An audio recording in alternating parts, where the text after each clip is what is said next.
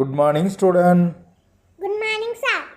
Okay, இன்றைக்கி ஆண்களின் 7 பருவம், ஆண்களோட 7 பருவங்கள், அதாவது ஒரு ஆண் குழந்தை பிறந்ததுலேருந்து அதனோட அந்த 7வது பருவம் வரை எந்தெந்த வயதில் வருது, எந்தெந்த வயதில் அவங்க அந்த பருவத்தை அடைகிறாங்க, மொத்தம் 7 பருவங்களும் எந்தெந்த வயது அவங்களுக்கு வருகிறது என்பதை இந்த கிளாஸில் நம்ம படிக்க போகிறோம்.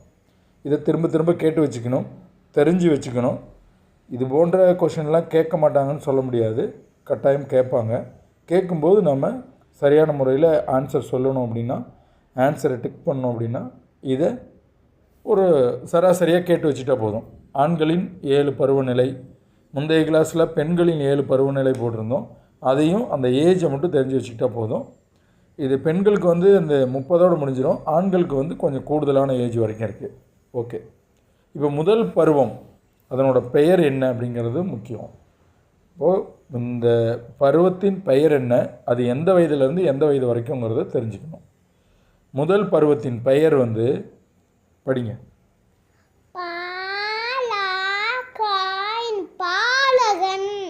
பாலகன் என்பது தான் முதல் பருவத்தின் பெயர். பாலகன் என்பது ஆண்களின் முதல் பருவத்தின் பெயர். அது வயது 1லிருந்து 12 வரைக்கும், அதாவது 12 வரைக்கும் உள்ள வயதை பாலகன் அப்படின்னு தான் சொல்லுவோம். 1 to 12, 1லிருந்து 12 வரைக்கும் உள்ள வயது ஒரு ஆண் குழந்தையின் வயது பாலகன் என்று அழைக்கக்கூடிய வயது. அதாவது அந்த ஆண் குழந்தையின் முதல் பருவம், 7 பருவத்தில் முதல் பருவம் பாலகன் என்பது முதல் பருவம். 1 வயது முதல் 12 வயது வரை பாலகன் என்று அழைக்க வேண்டும். இதை நம்ம திரும்ப திரும்ப கேட்கும்போது நமக்கு ஓரளவு மெமரி ஆகிடும். இது ரொம்ப கஷ்டப்பட்டு படிக்கணுங்கிற தேவையில்லை. அடுத்தது ஆண் குழந்தையின் 2வது பருவம் விடலை பருவம் அப்படின்னு சொல்லுவோம். விடலை பருவம்னா என்ன சொல்கிறது, ஒரு விளையாட்டு பருவம்னு கூட சொல்லலாம். விடலை பருவம் ஆண் குழந்தையின் 2வது பருவம் விடலை பருவம். அது 12 வயது முதல் 24 வயது வரை விடலை பருவம் அப்படின்னு சொல்லுவோம். விளையாட்டு பருவம்னு கூட சொல்லலாம். எல்லா குழந்தைகளையும் ஆண் குழந்தைகளையும் அப்படி சொல்லிட முடியாது, பொறுப்புணர்ந்து இருக்கிற குழந்தைகளும் இருக்குது. எனினும் அதை விடலை பருவம் என்று அழைக்கிறோம். ஒரு ஆண் குழந்தையின் 2வது பருவம் விடலை பருவம். அடுத்தது ஆண் குழந்தையின் 3வது பருவம் என்னங்கிறது தான் இதில் இப்போ படிக்க போகிறோம். ஆண் குழந்தையின் 3வது பருவம் என்ன?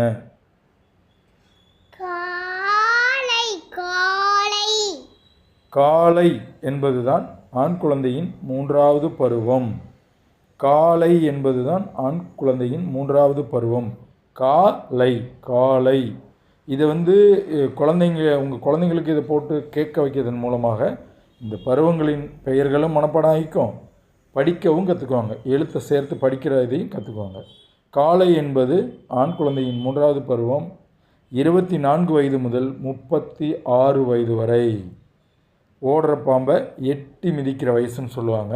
பாம்பு நிற்கிறதில்ல, ஓடிக்கிட்டே இருக்கிற பாம்பை எட்டியே மிதிச்சிடலாமா, அவ்வளோ ஃபாஸ்ட்டான வயது தான் அது காலை.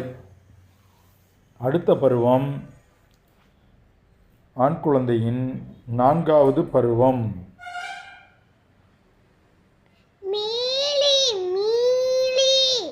மீலி என்பது ஆண் குழந்தையின் 4வது பருவம்.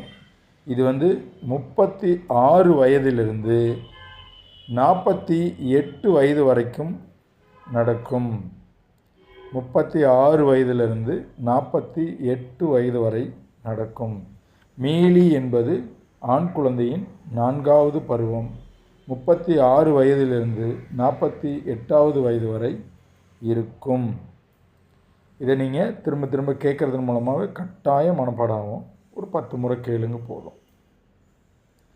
ஆண் குழந்தையின் 5வது பருவம் என்னங்கிறத பார்ப்போம். ஆண் குழந்தையின் 5வது பருவம், இது குழந்தைங்க கேட்கும்போது எழுத்தை ஜாயின் பண்ணவும் பழகிக்கும். மா ர ஓ இன் அப்படின்னு சொல்லும்போது இதை அவங்க இந்த வார்த்தையும் தெரிஞ்சுக்கும், ஜாயின் பண்ணவும் கற்றுக்குவாங்க. ப்ளஸ்ஸு இது மாதிரி ஒன்று இருக்குங்கிறதையும் அவங்க மற்ற விஷயங்களை பார்க்கும்போது தெரிஞ்சுக்குவாங்க. ஏன்னா நிறைய குழந்தைங்கள பார்க்குறேன் நான். பார்க்கும்போது ஆட்டோமேட்டிக்காக அவங்க படிப்பாங்க. ஒரு குழந்தை அன்றைக்கி பார்க்குறேன் பஸ் ஸ்டாண்டில், அது வாக்கில் படித்ததை சொல்லிக்கிட்டே போகுது. சின்ன குழந்தை தான், ஒரு 3 வயசு குழந்தை தான். ஏதோ ஒன்று சொல்லிக்கிட்டே போகுது, கேள்விப்பட்டதையோ படித்ததையோ. அந்த மாதிரி வயதில் இது மாதிரி படிக்கிறது ரொம்ப ரொம்ப நல்லது.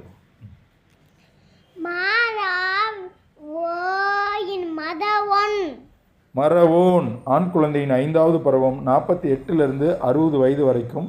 மறவோன் என்பது தான் ஆண் குழந்தையின் 5வது பருவம், ஆண்களின் 5வது பருவம் மறவோன்.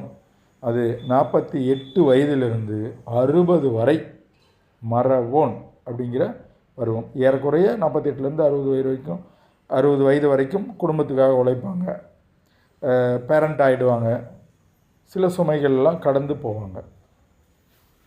அடுத்தது ஆண் குழந்தையின் அடுத்த பருவம்.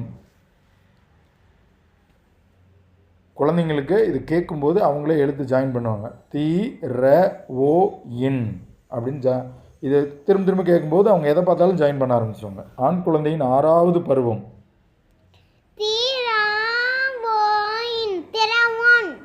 திரவோன் என்பது தான் ஆண் குழந்தையின் 6வது பருவம். திரவோன் என்பது ஆண் குழந்தையின் 6வது பருவம். அது 60 வயதிலிருந்து 72 வயது வரைக்கும், அதாவது 60 to 72 வரைக்கும், 60லிருந்து 72 வரைக்கும். திரவோன் என்பது ஆண்களின் 6வது பருவமாகும். அது 60 வயதிலிருந்து 72 வயது வரை இருக்கும். திரவோன் என்பது ஆண் குழந்தையின் 6வது பருவம், 60 வயதிலிருந்து 72 வயது வரை இருக்கும். அடுத்தது ஆண்களின் ஏன்னா இப்போ குழந்தைங்கிறத தாண்டி வந்துட்டோம். ஆண்களின் 7வது பருவம். ஆண்களோட 7வது பருவங்கிறது நமக்கு தெரியும். 60க்கு மேலேனாவே நம்ம என்ன ஸ்டேஜில் இருப்போம் அப்படிங்கிறது. ஆண்களின் 7வது பருவம்